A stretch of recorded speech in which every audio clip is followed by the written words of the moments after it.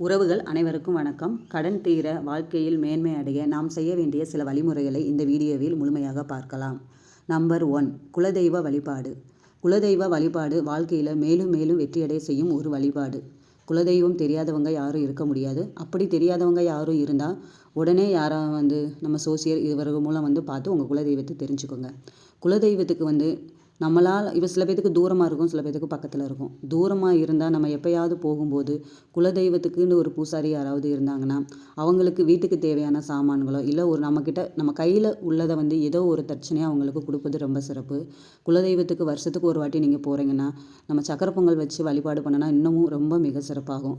நம்மளுக்கு இறப்பே வருதுன்னா குலதெய்வத்துடைய அருள் இருந்தால் மட்டும்தான் அந்த கடவுளே நம்மளோட உயிரை எடுக்க முடியும். அந்த அளவுக்கு நம்ம குலதெய்வம் நம்மளுக்கு முக்கியம். அதனால் குலதெய்வ வழிபாடு ஃபஸ்ட்டு வச்சுக்கோங்க.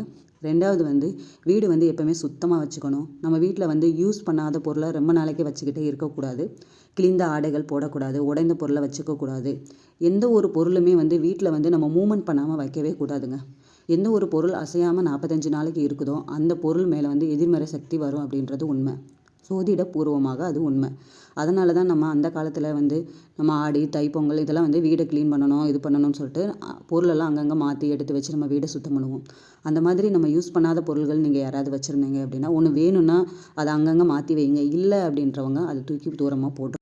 3 மேல் பையில் வெயிட் வைக்கக்கூடாது. ஆண்கள் போடும் சட்டையின் மேல் பையில் அதிகமான வெயிட் வைக்கக்கூடாது. பெண்கள் அழக்கூடாது. ஏன்னா பெண்கள் வீட்டில் அழுதால் தரித்திரியம் சேரும். நகம் வளர்க்கக்கூடாது. நகம் வளர்த்தால் நகத்தில் அழுக்கு இருக்கக்கூடாது. அதுவும் நம் வாழ்க்கைக்கு தீமையை கொடுக்கும். பெண்கள் 90 நாட்கள் நாடகம் பார்ப்பதை தவிர்க்க வேண்டும். முற்றிலுமாக தவிர்க்க வேண்டும். கோவிலில் போன் பேசக்கூடாது. அடுத்தவர்களை பற்றி குறை பேசக்கூடாது. நம்ம மற்றவங்களை பற்றி குறை பேசணும் அப்படின்னா அவங்கக்கிட்ட இருக்கிற கர்மா நம்மளை பாதிக்கும் அப்படின்றது உண்மை. அதனால் அடுத்தவங்களை பற்றி நல்ல விஷயங்களை பேசுங்க, தவறான விஷயங்களை பேசாதீங்க. அதை அவங்க வீட்டு பிரச்சனையும் நம்ம தலையில் தூக்கி சுமக்கிறதுக்கு சமம். நம்ம செய்யும் தவறுக்கு தண்டனை உண்டு. அவங்கவுங்க செய்யும் தவறுக்கு ஏற்ற மாதிரி எல்லாருக்கும் இந்த ஜென்மத்திலே தண்டனை எல்லாருக்குமே உண்டு. 90 நாட்கள் இதெல்லாம் 90 நாட்கள் கடைப்பிடிக்க வேண்டிய விஷயங்கள். 90 நாட்களுமே உணவு முறையை கொஞ்சம் கம்மி பண்ணிக்கலாம். அதாவது நம்ம 4 இட்லி ரெகுலராக சாப்பிட்றோம்னா 3 இட்லி சாப்பிடுங்க. எல்லை தெய்வ வழிபாடு. எல்லை தெய்வம் அதாவது நம்ம ஒவ்வொரு ஊருக்குமே எல்லை தெய்வம் அப்படின்னு சொல்லிட்டு, அதாவது எல்லை தெய்வம் அப்படின்னா நம்ம ஊர் பொது தெய்வம். எப்பவுமே நம்ம ஒரு விஷயத்துக்கு நம்ம வெளியில் போகிறோம், ஏதோ நம்ம ஊரை தாண்டி நம்ம நல்ல விஷயமா வெளியில் போகிறோம் அப்படின்னா பாருங்கள், நம்ம ஊரில் இருக்கிற பொது தெய்வத்தை வேண்டிக்கிட்டு போனோம்னா அந்த காரியம் உண்மையிலே வெற்றி அடையும் அப்படின்றதும் உண்மைதாங்க. இந்த மாதிரி நம்ம சில விஷயங்களை நம்ம ஃபாலோ பண்ணிக்கிட்டே இருந்தோம்னா நம்ம வாழ்க்கையில் கடன் பிரச்சனை இல்லாமல் வாழ்க்கையில் கண்டிப்பாக முன்னேறுவோம் அப்படின்றது அனுபவபூர்வ உண்மைன்றதை நான் நம்புகிறேன். நான் கடைப்பிடிச்சு பார்த்து அதை அனுபவிச்சிட்டேன். நீங்களும் இது மாதிரி ஃபாலோ பண்ணி பாருங்கள். கண்டிப்பாக உங்களுக்கும் ஒரு மாற்றம் தெரியும். இதெல்லாம் போகிறதுக்கு நம்ம செவ்வாய்க்கிழமை மதியானம் 1:15 1:20 நம்ம செவ்வாய்க்கிழமை எப்பவுமே கடனுக்கு உகந்த நேரம்.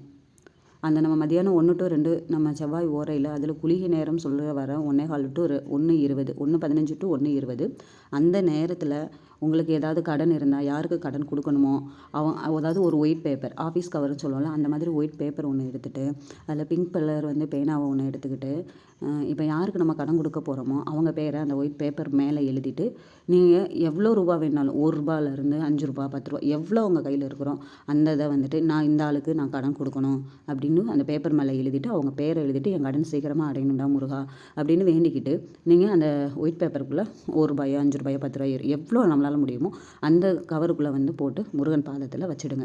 இது மாதிரி செவ்வாய்க்கிழமை நீங்கள் ரெகுலராக செஞ்சு பாருங்கள். உங்களால் ஒரு 5 செவ்வாய்க்கிழமை நீங்கள் எடுத்து வச்சு பாருங்கள். கண்டிப்பாக உங்களுக்கு மாற்றம் தெரியும். அதில் இருக்கிற பணத்தை யாருக்கோ நீங்கள் கை மூலமாக கடன் இப்போ ஒருத்தவங்களுக்கு கொடுக்கணுன்னா அந்த கவரில் இருக்கிற காசை எடுத்து முருகன்கிட்ட வேண்டிக்கிட்டு அந்த கடனோட கொடுக்குற அமௌண்ட்டோட நீங்கள் எடுத்து வச்ச அமௌண்ட்டையும் எடுத்து வச்சு கொடுங்க. கண்டிப்பாக இன்னமும் சீக்கிரமாக கடன் அடைஞ்சிரும். மேலும் நம்ம கடனை வாங்காமல் இருங்க. மேலும் கடன் வாங்குவதற்கான சூழ்நிலையும் அமையாது. அப்பன் முருகன் நமக்கு துணையாக இருப்பது உண்மைதான். இன்னும் இதை விட சொல்லப்போனால் சிறப்பாக செய்யணும் அப்படின்னா பாத பூஜை பண்ணலாம். அதுவும் ரொம்ப சிறப்பு பலன் கொடுக்கும். பாத பூஜை இன்னமும் சிறப்பு பலனை நமக்கு கொடுக்கும் அப்படின்னு சொல்கிறாங்க. நம்ம செய்கிற சின்ன சின்ன தப்புக்கு பொது மன்னிப்பு கேட்கலாம். கடவுள்கிட்ட நம்ம மனுஷங்கிட்ட தான் நான் செஞ்சுட்டேன் தப்பு அப்படின்றத கேட்குறதுக்கு நமக்கு இதாக இருந்தால் நான் இந்த மாதிரி தப்பு பண்ணிட்டேன் அப்படின்னு சொல்லிட்டு நம்ம கடவுள்கிட்ட பொது மன்னிப்பு கேட்குறது ரொம்பவும் சிறப்பு.